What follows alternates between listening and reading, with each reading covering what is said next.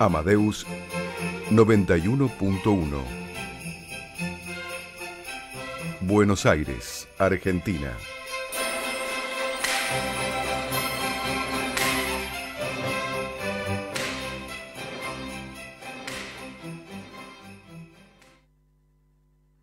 ¿Cómo conducir una empresa de 50 a 300 empleados sin morir en el intento?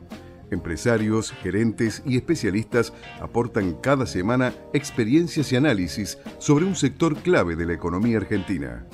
M de Medianas, con la conducción de la consultora Marianela Labate y el periodista Carlos Iakovich, muestra soluciones y herramientas concretas para empresas que ya no son pequeñas, que se han profesionalizado y que quieren seguir creciendo de un modo sustentable. Los miércoles de 12 a 13 por Amadeus 91.1. Buenos días, aquí Carlos Iakovich en M de Medianas. Bienvenidos a toda la audiencia de FM Amadeus. Sin Marianela Labate, que sigue recuperándose exitosamente de un problemita de salud, pero todo indica, los horóscopos indican que el miércoles que viene ya va a estar otra vez con nosotros. ¿Por qué M de Medianas? Porque nos centramos en las empresas que arrancan de los 30, 35 empleados hasta los 300 aproximadamente, y que siempre decimos que son la sílaba olvidada de la sigla pymes, en esta especie de trabalenguas que armamos, porque la pyme en general hace referencia o a la microempresa o a la pequeña, la micro que más o menos tiene hasta 9 empleados según las convenciones y la pequeña hasta 30, pero se olvida justamente de las que están en el escalón superior, no solamente en número de gente, porque a veces el número no es tan determinante, sino en complejidad, en talento que trabaja en ellas, por supuesto en facturación, también en trayectoria, porque son empresas más antiguas. Muchas medianas además son proveedoras de grandes empresas, muchas exportan. Las que se dedican al mercado B2C tienen marcas importantes, y de modo que estas 45.000 empresas aproximadamente en la Argentina necesitan una atención especial. Siempre desde M de Medianas apuntamos a proveerlas de soluciones, no del tratado entre China y Corea o de la gran política internacional, sino de cómo pueden hacer para resolver sus problemas y mirar también un poco el largo plazo. Y hoy nos visita en M de Medianas, bienvenido Germán Fangenbaum, mucho gusto, bienvenido, gracias Germán por estar aquí. Bueno, qué gusto Carlos estar aquí, muchas gracias por la invitación. Bueno, siempre hacemos la misma prueba, ¿cómo definir a Germán en una oración? Germán es arquitecto que se dedica a pensar y diseñar e implementar espacios de trabajo. ¿Está bien la...? Es una parte. Es ¿no? una parte, es bueno. una parte, pero es una parte importante, es una parte a la cual me dedico hace muchos años. Es una parte que tiene que ver con las mutaciones que ha sufrido mi carrera profesional. Pero también debo admitir que me gusta pensarme desde otros lados, desde lados un poco más diversos, desde el mundo inmobiliario, tanto en la práctica como en la docencia. Perfecto. Y bueno, todas las otras dimensiones de la vida, ¿no? Sí, que no sí, son por profesionales y que también importan. Sí, por supuesto. Ahí completó más o menos con unas 7 oraciones más, Germán, pero vale porque... Es que te tengo que decir, Carlos, que yo siempre tengo una dificultad histórica, ¿no? A mí, a un pediatra le preguntan de qué trabajas y dice de pediatra. Y vos sabés perfectamente que atiende chicos y cuida la salud de los chicos. O le preguntás, qué sé yo, a un contador de qué trabaja y te dice, yo soy controller de tal empresa, y vos te imaginás perfectamente que mira los balances, que se fija que los registros contables estén bien. Pero cuando me preguntan a mí, cuando me pregunta mi madre, cuando me pregunta un amigo en un casamiento, alguien que no conozco, ¿vos de qué trabajás? ¿Vos de qué trabajás? O vos a qué te dedicás, o vos qué haces? Tengo una dificultad histórica para expresarlo y para poder explicarlo. Muchas veces digo, soy arquitecto y otro día te cuento, y otras veces no digo nada, así que perdón por haber incluido otras frases más. No, está todo bien. Es solo a los efectos de poder mostrar mi dificultad en definirme. No, por supuesto, está muy bien y deberíamos aprender todos de ser más poliédricos y no tan unilaterales o planos para presentarnos.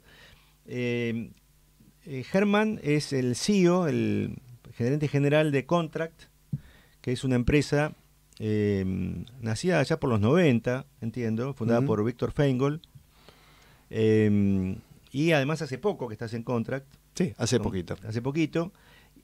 Trabajaste durante muchos años en Cushman & Wakefield, también como gerente general al final, que es bueno, ahí trabajaste 20 años por lo menos. Exactamente. Pero lo que me interesa mucho conocer de tu experiencia y de Contract y de lo que ofrecen es justamente esta cuestión del espacio de trabajo como pensada desde el que diseña el espacio para el usuario, que por supuesto el 99,9% no tiene idea de el diseño, de arquitectura, pero que claramente enseguida al día, a la semana se da cuenta si está bien o mal diseñado y si corresponde lo que han diseñado con lo que se espera de él. Así que bueno, dicho esto, me gustaría meterme en algunas cuestiones que tienen que ver con estos espacios de trabajo y conocer un poco cuáles son las etapas que implica el diseño de un espacio de trabajo y cuáles son las tendencias. Carlos, vos dijiste una cosa, me sorprende que hayas dicho esto, porque poca gente se da cuenta.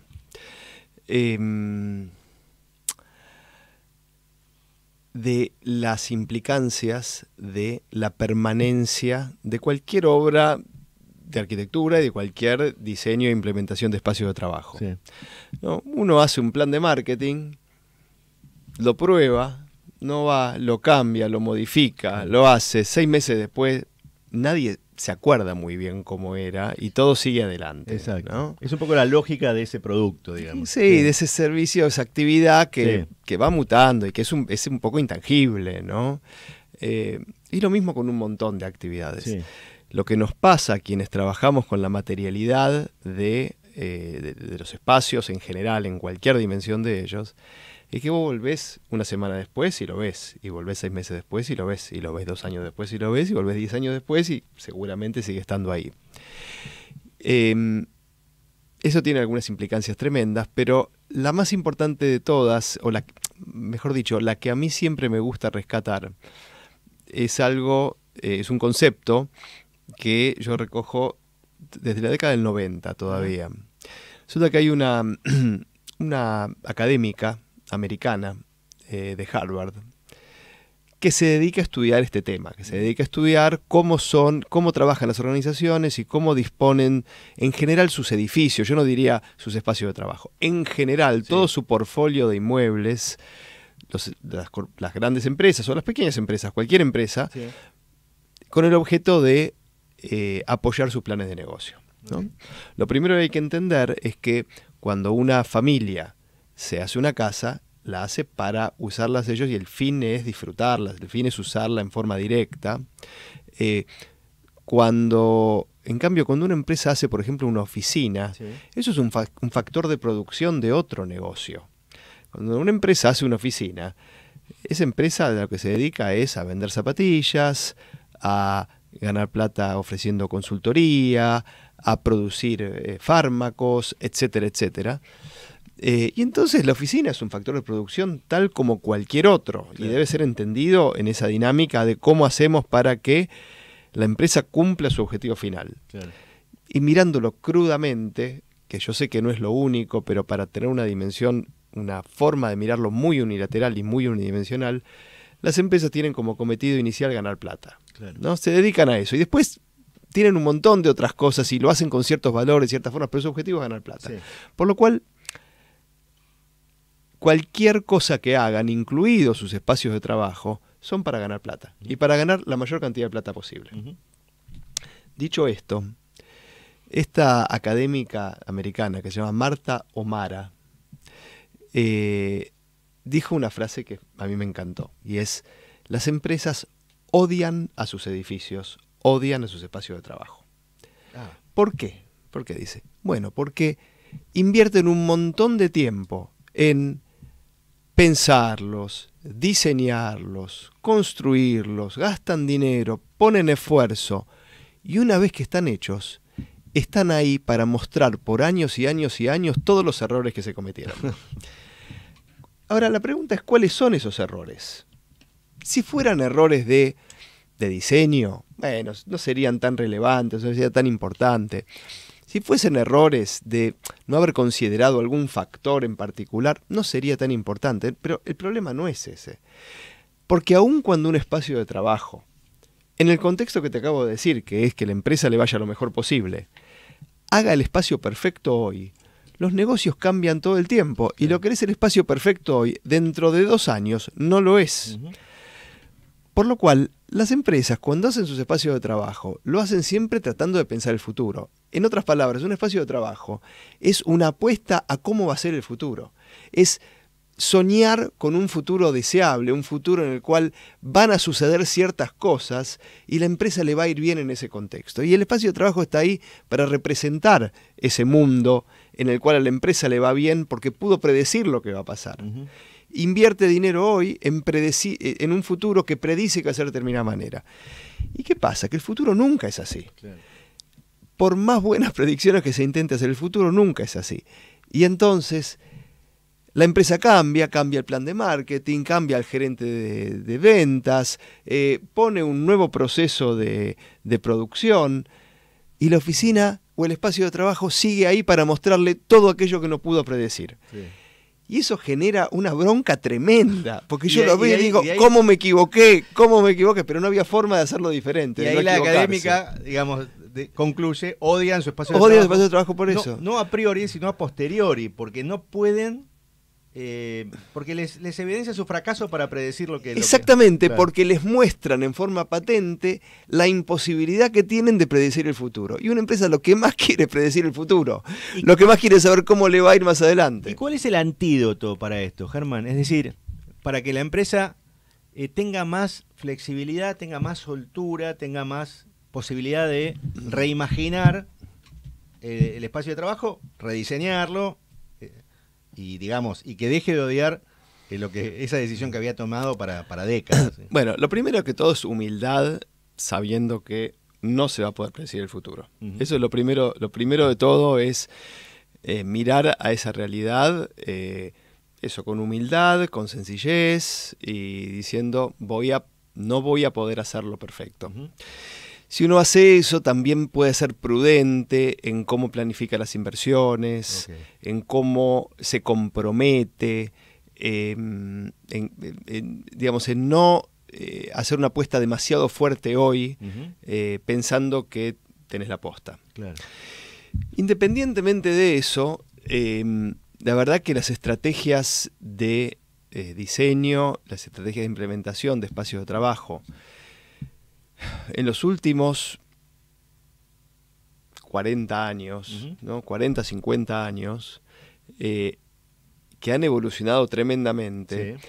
Han evolucionado mucho en el sentido de la flexibilidad. Claro. ¿No? Hay una cosa muy particular que pasa con los edificios de oficina, y ahora hablamos específicamente de oficina, que es una de las tipologías, claro, que corporiza esto que estamos hablando. No es la única, porque hay otras, pero hablemos por un tiempo de oficinas. Hay una cosa muy particular que pasa con las oficinas, y es que cuando uno mira los edificios, lo mira desde afuera, ¿no? Va caminando por la calle, va por Catalinas, va al Libertador y Udaondo, sí, cualquier lugar donde haya muchos edificios de oficina, y los edificios de hoy son bastante parecidos a los edificios de hace 50 años. Sí, es cierto. ¿No?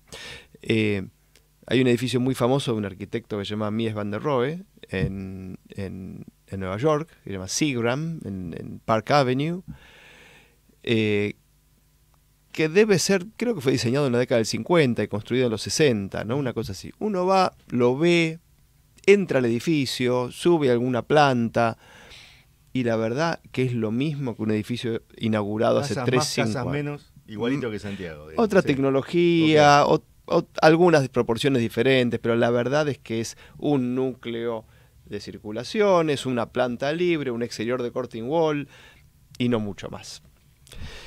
En cambio, si uno pudiera pasar con rayos X la mirada a través de ese vidrio de la fachada y mirar adentro lo que pasaba en los años 60 versus lo que pasa ahora, es Venus y Marte. Son dos realidades totalmente diferentes.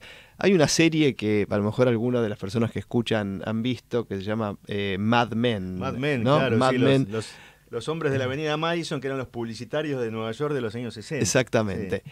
Que eran los de avanzada, los progresistas, claro, los vanguardistas, los locos de esa época. Muy interesante ver cómo están hechas las oficinas en ese momento, llenas de despachos cerrados, con pasillos, con secretarias.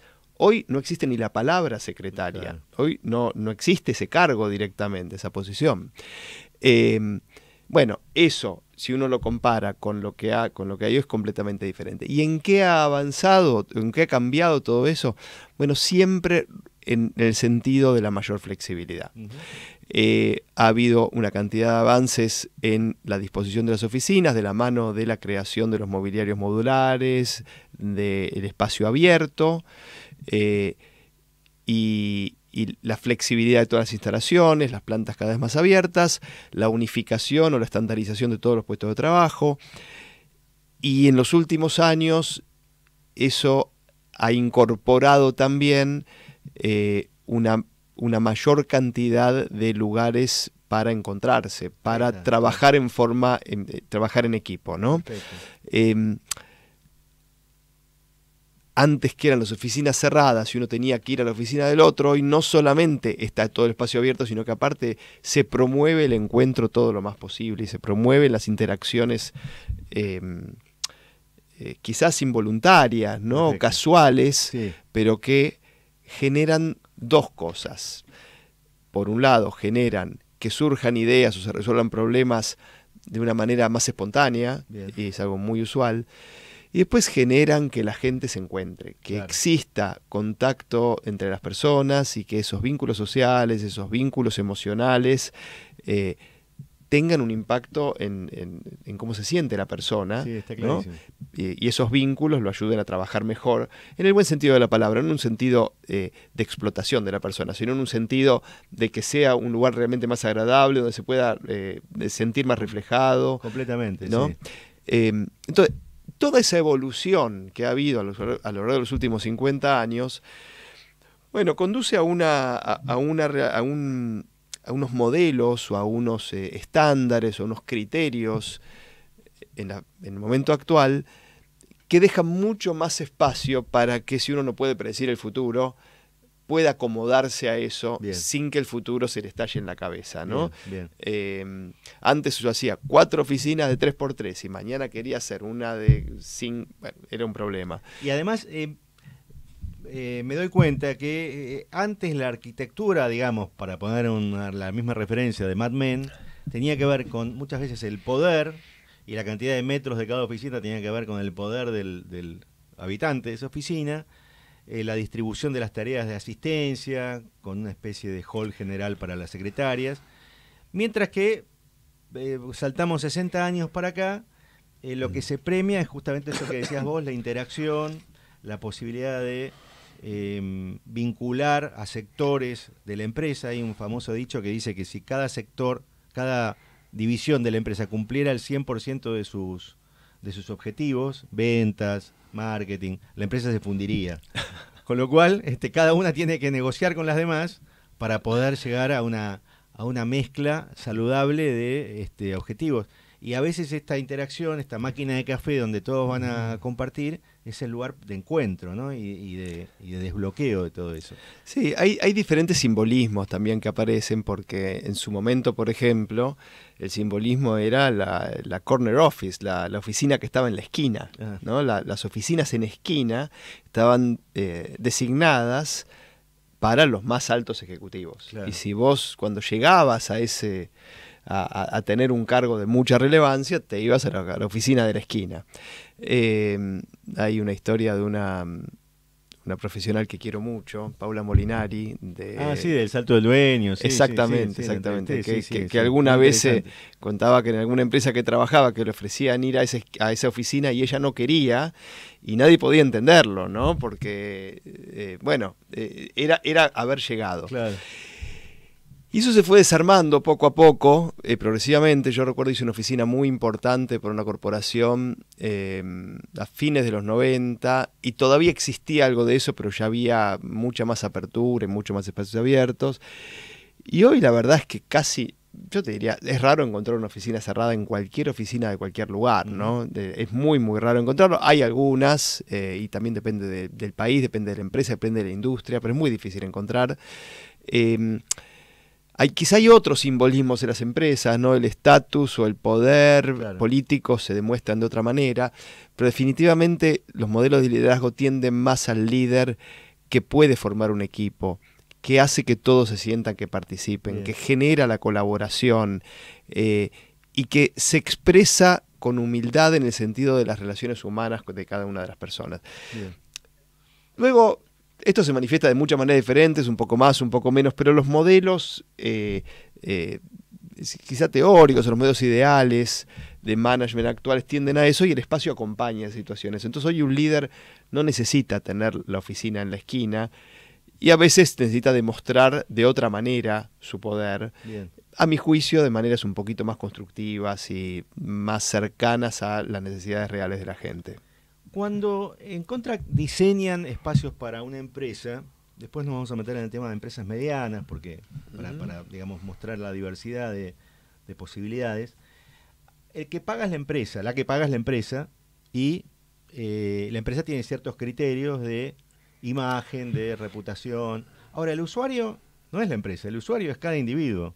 Entonces, ¿cómo se resuelve esa tensión entre todo Bordeaux y todos con escritorios cool, cuando por ahí Juana quiere otro color, necesita otra silla, Pedro quiere banqueta? Es decir, ¿cómo es esa mezcla en toda la facilidad, toda la interacción para el usuario como mensaje, pero en realidad lo que piden es uniformidad?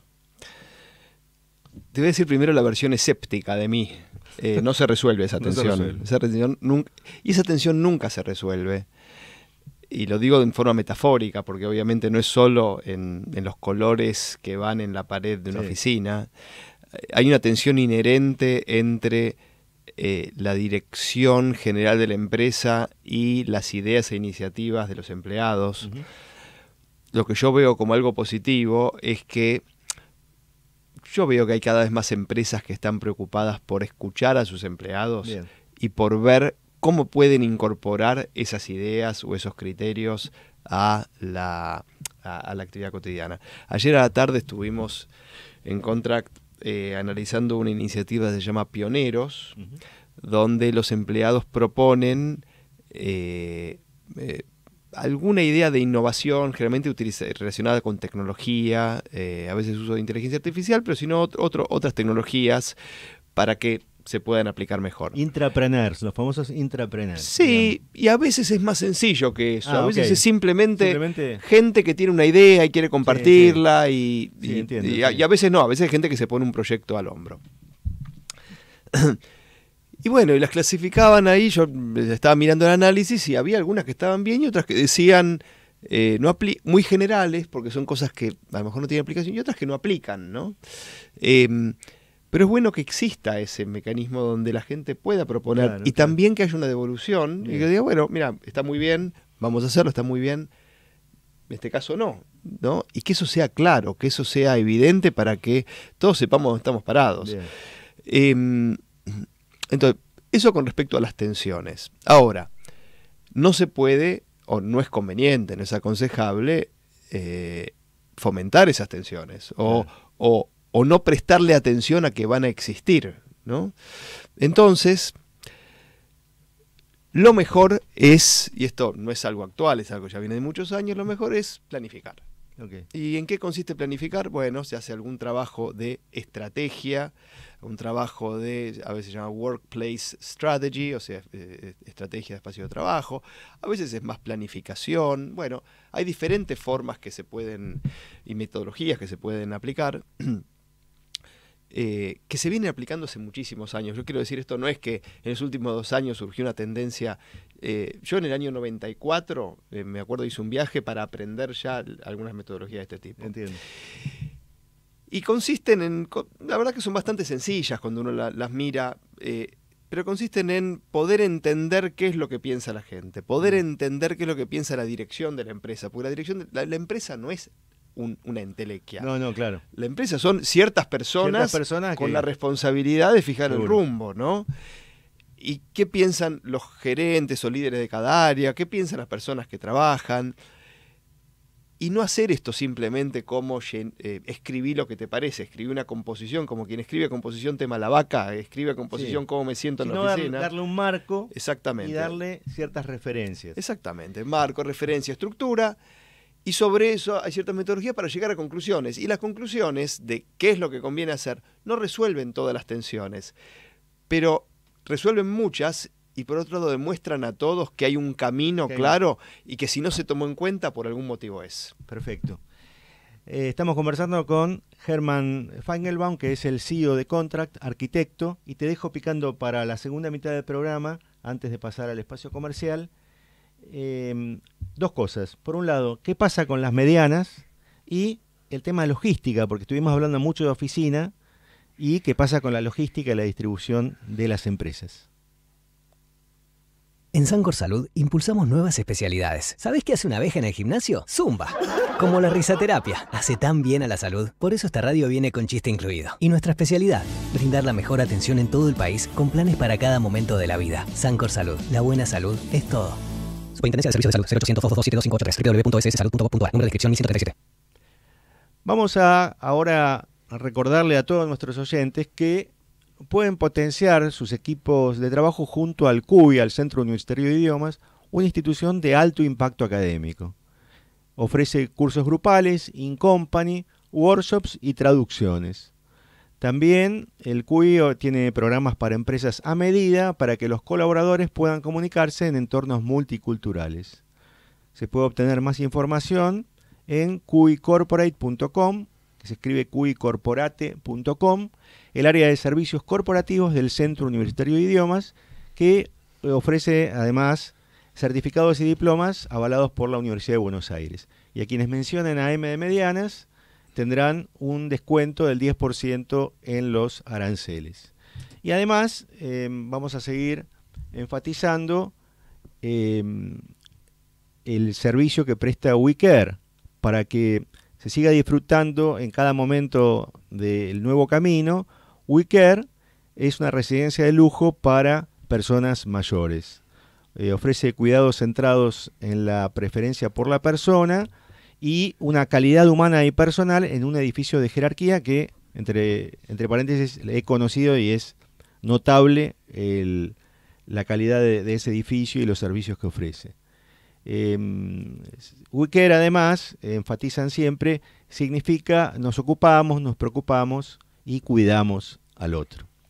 Bien, estamos con Hermann Feigenbaum, el CEO de Contract, y con 2 preguntas picando desde la primera mitad, que era, por un lado, las empresas medianas, es decir, donde el dueño todavía sigue pesando mucho y hay una impronta a veces cuando se trata de empresas familiares de costumbre o de hábitos, pero a la vez hay una tendencia a la modernidad, a nuevas generaciones o los profesionales que empiezan a pesar de otra manera y que no pertenecen a la familia. Entonces, ¿cómo se integra ese diálogo ahí en esa cultura un poco ambivalente? Y por otro lado, el otro gran tema es el de la logística, salir un poco de la oficina y qué se puede hacer desde la logística, además de apilar cajas y de tener los famosos volquetes y etcétera, y todos los demás instrumentos que hay ahí. Vos sabés, Carlos, que cuando me dijiste que este era un programa focalizado en la mediana empresa, a mí me tocó una cuerda particular. Porque la verdad que uno está acostumbrado a escuchar, o sea, en el entorno, ¿no? Se habla mucho de las grandes empresas, que a veces no son tan grandes, ¿no? Que a veces es grandes marcas, alguna empresa internacional, pero cuando uno mira la organización local, son organizaciones no tan importantes y no tan grandes. Voy a dar un caso particular. Cushman & Wakefield, la empresa en la cual trabajé 20 años, es una empresa que cotiza en la Bolsa de Nueva York, o sea, una empresa global que cotiza en Nueva York. Pero bueno, la verdad que en todos los países de Sudamérica no es una empresa de ese porte. Claro. Tiene una cantidad de criterios, de normas, pero la verdad es que cuando uno mira luego la cantidad de empleados, la facturación, etcétera, no es una empresa que está en el mismo nivel que a lo mejor la americana que cotiza en Nueva York. Claro. Entonces uno está acostumbrado a mirar las grandes, que no siempre son tan grandes, y después está todo el glamour de la startup, ¿no? Claro. Que en los últimos años se ha reforzado, ¿no? Ha crecido tremendamente. Es decir, toda startup empieza con una mesa de ping-pong. Es como el modelo Google se ha proliferado. Antes claro. era un garage y ahora es una mesa de ping-pong, Claro. exactamente. Y cualquiera que tiene una mesa de ping-pong, y entonces hay todo un glamour muy, muy fuerte y mucha promoción y publicidad y ensalzamiento de la startup de 5 chicos de 23 años que tienen una idea brillante y que en 2 años han logrado juntar tanta plata. Y bueno, hay una cantidad de actividades, ¿no? Academias, instituciones que los apoyan. Que, obviamente que la actividad emprendedora es súper importante, Claro. no quiero... No, por supuesto. Pero lo que quiero decir es que la atención pública vira entre estos dos extremos, ¿no? Claro. Y la mayoría, la gran mayoría de todos nosotros estamos en el medio. Por supuesto. Estamos en el medio. Somos medianas empresas. Claro. ¿No? Somos, alguna una mediana un poquito más grande, alguna mediana un poco más chica, pero todos somos, muchos en Argentina somos medianas empresas. Así es. Y hay que tener mucho cuidado en el tratado de la mediana empresa, porque no es algo, de alguna manera, sin forma, sin estructura, como es un emprendedor y una startup. No es algo silvestre tan. Claro, exactamente. No es algo silvestre que uno lo vive ahí Lo sin regacia reglas. sí, claro. Claro.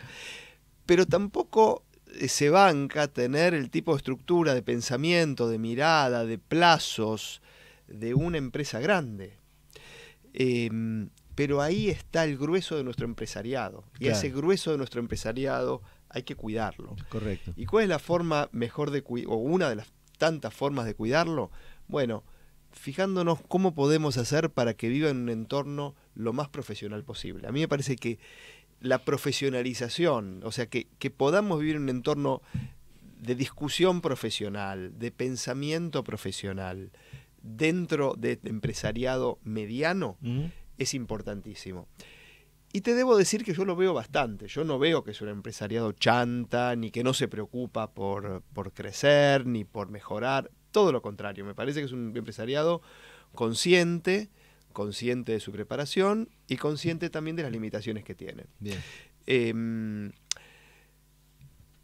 Para todas esas empresas, estos pensamientos que estuvimos hablando de los espacios de trabajo son importantes. Completamente. A veces, a mí me ha pasado, yo recuerdo, yo te contaba que estos trabajos de planificar los espacios de trabajo los hago desde mitad de los 90. En el año 94 me formé por primera vez en hacerlos, ¿no? Ahora, obviamente, Contract tiene una expertise fenomenal en hacerlos, pero, bueno, son cosas que ya vienen de mucho tiempo. Y me acuerdo que me llamó en ese momento, año 96-97, una empresa que ocupaba una planta de 800 metros en un buen edificio de oficinas. Podía tener 70 empleados, 80 empleados trabajando ahí. Mediana típica.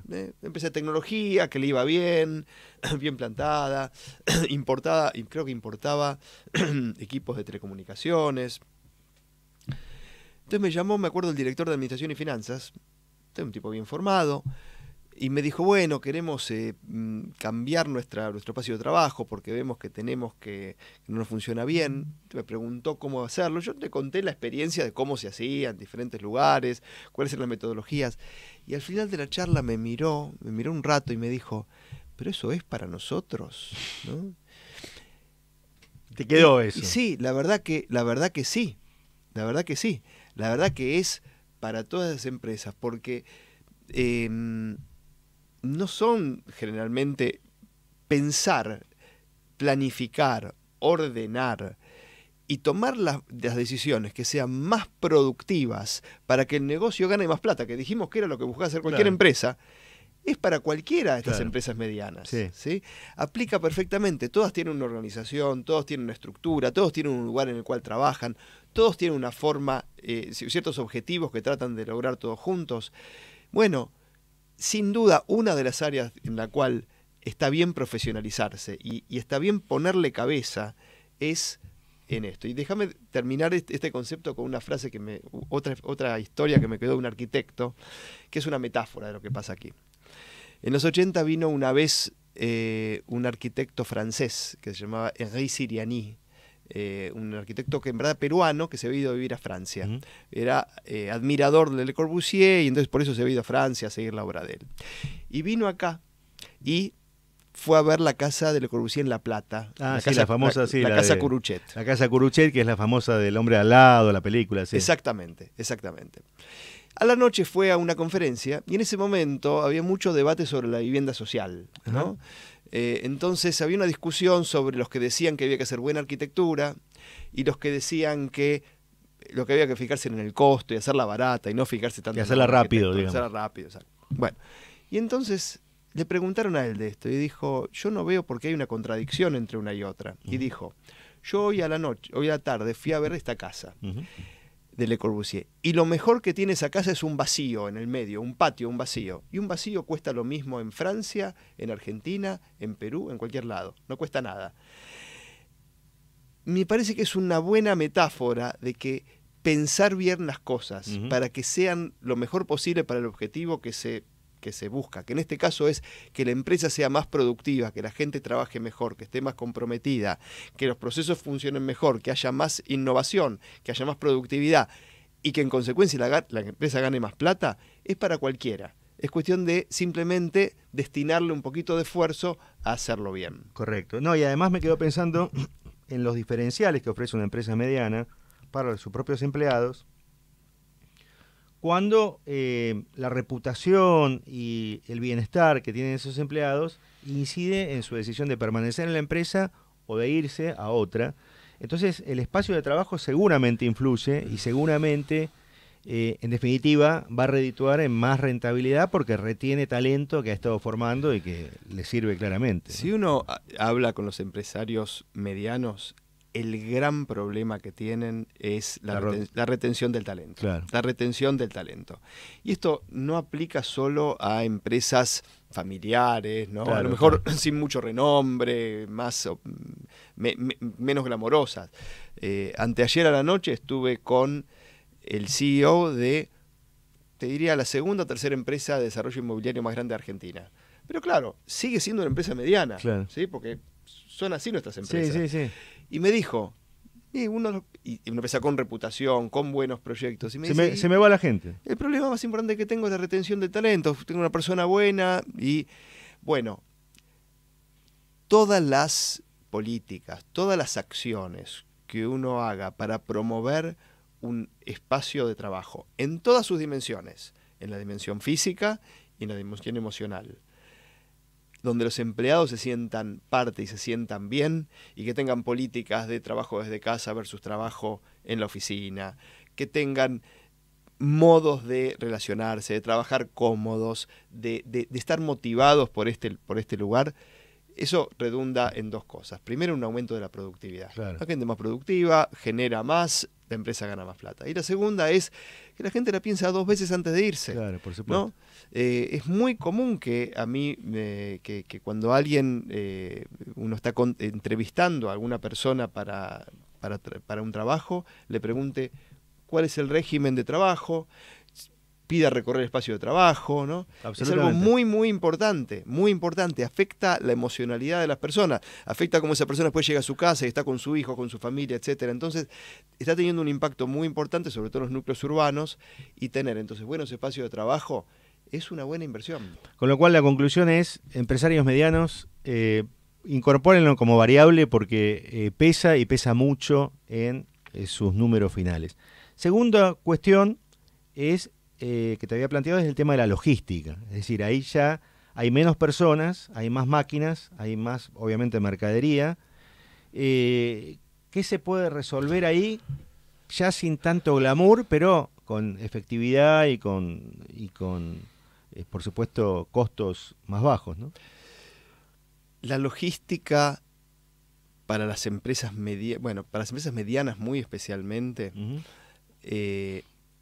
esto espero que les resuene a quienes están escuchando este programa, ha pasado al frente de las preocupaciones del empresariado en los últimos 5 o 6 años.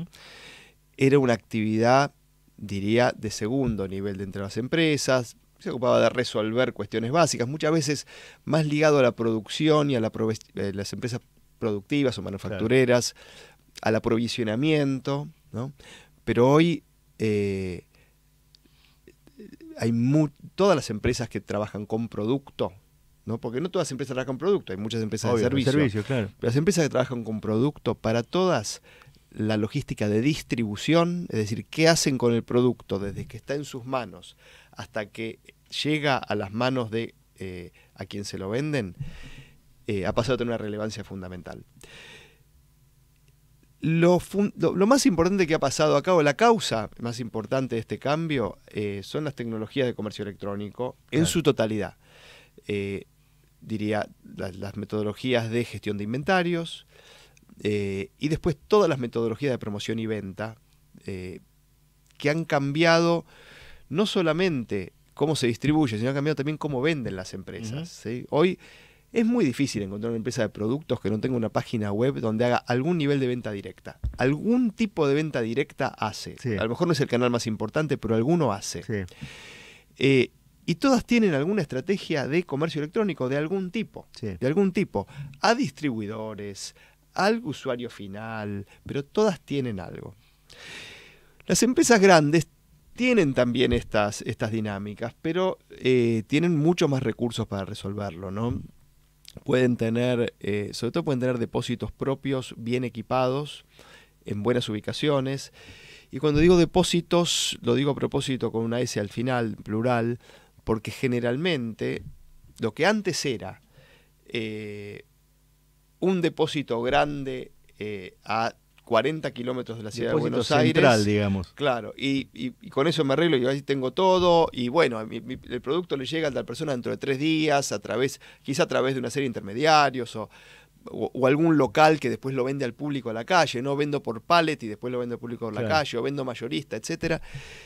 Eso hoy, para las empresas grandes, es un conjunto de propiedades de diferente escala y funcionalidad, ¿no? El depósito grande, el depósito mediano de desconsolidación, el depósito chico de última milla, en diferentes lugares de la ciudad, de acuerdo a dónde esté su base de clientes y de acuerdo a cuál sea su estrategia comercial.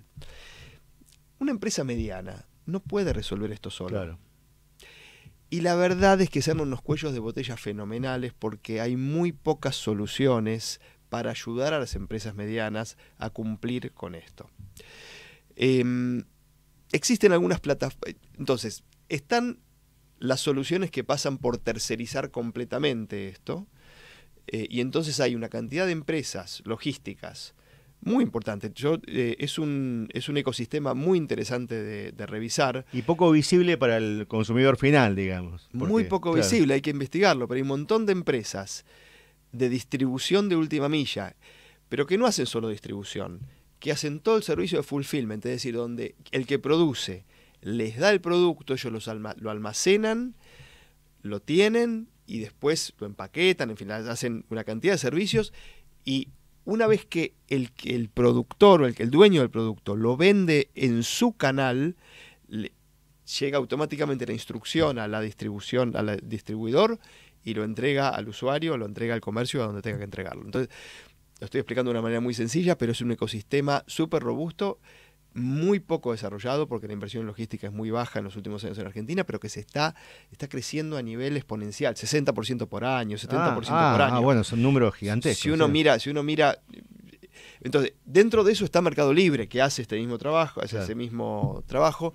Para que sea una idea, Mercado Libre empezó a hacer este servicio en Mercado Central con un depósito de 70.000 metros cuadrados. Hoy ese depósito tiene 120.000 metros cuadrados. Y sigue creciendo, y sigue teniendo otras cosas. Entonces, ese es todo un canal para resolverlo. Están también las empresas que, como esto sale caro, intentan tener canales independientes, y entonces buscan pequeñas ubicaciones y tratan de ubicar. La verdad que es un problema muy serio y muy difícil de resolver. Y hay nuevas soluciones en el mercado inmobiliario que me parece que están empezando a aparecer y que yo creo que van a tener un impacto muy grande. La que a mí más me interesa es una que se llama co-warehousing. Co-warehousing. Co-warehousing. Warehousing quiere decir almacenamiento, galpón, depósito. Vi que lo mencionaste en un artículo en LinkedIn. Correcto. Y después está, el co es como co-working, como co-living, ¿no? Son centros, esta es una industria que en Estados Unidos particularmente está creciendo a pasos agigantados.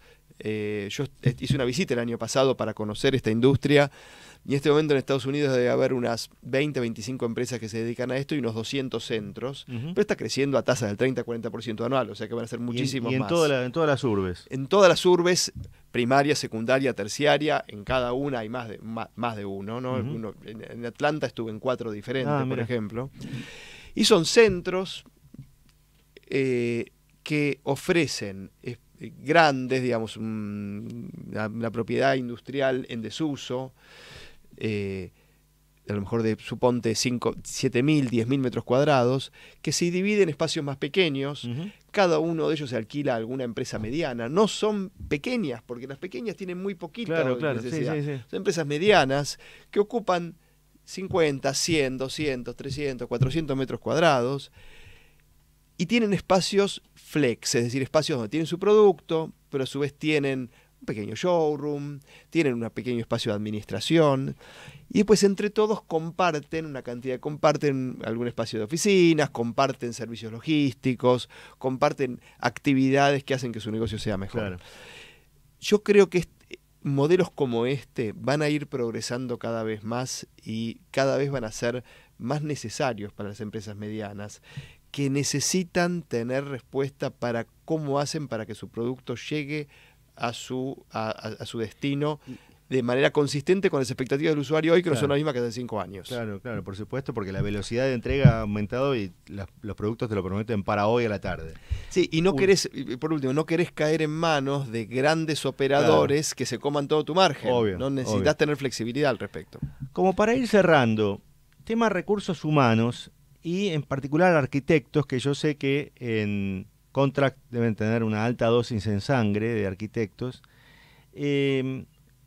Por cosas que me contaba Víctor en su momento, Víctor Feingold, y que me contabas recién fuera de micrófono, ¿qué le recomendarías a gente que está estudiando arquitectura o que sale de la facultad para no creerse que van a ser Le Corbusier, o por lo menos para no tener la alternativa, para tener la alternativa de otros tipos? ¿Cómo deberían formarse para poder entrar a trabajar en Contract, por ejemplo, e integrarse a esto? Sé que yo me recibí de arquitecto en 1988 y durante bastantes años hice bastante trabajo tradicional de arquitecto, proyecto y dirección de obra.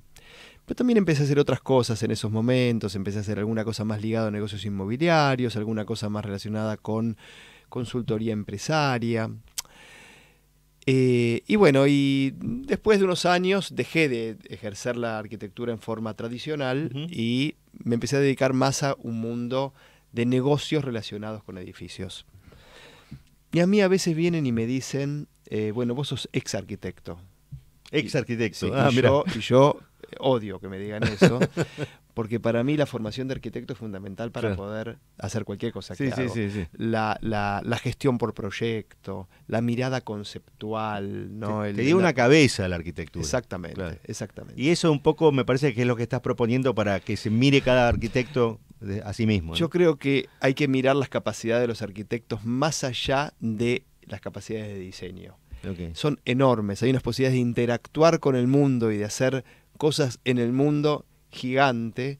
Y que salgan de la caja, en el fondo.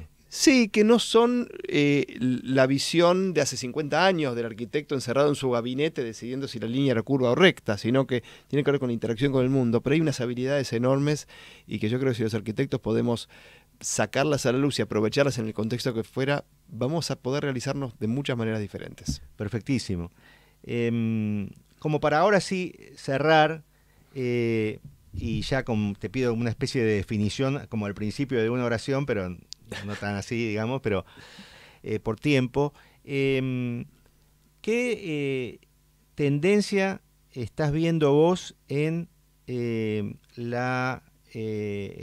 home office y el trabajo en oficina? Digamos, ¿se está retrocediendo el home office? ¿Se está valorando otra vez el trabajo presencial?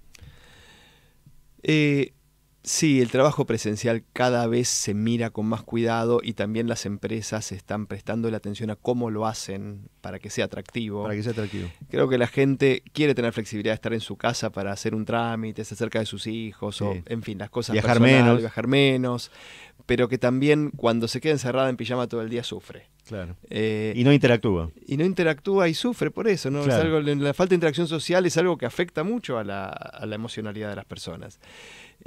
Creo que la organización está encontrando su balance.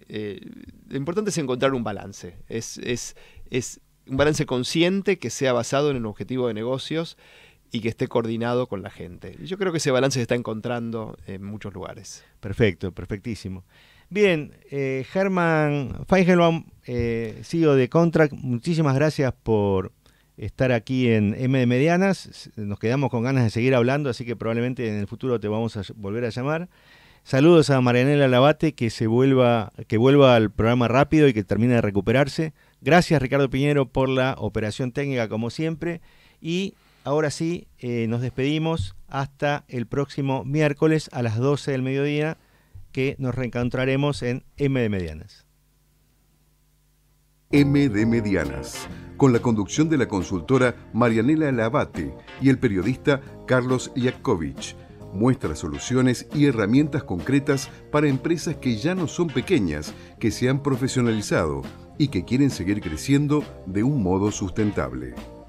Los miércoles de 12 a 13 por Amadeus 91.1.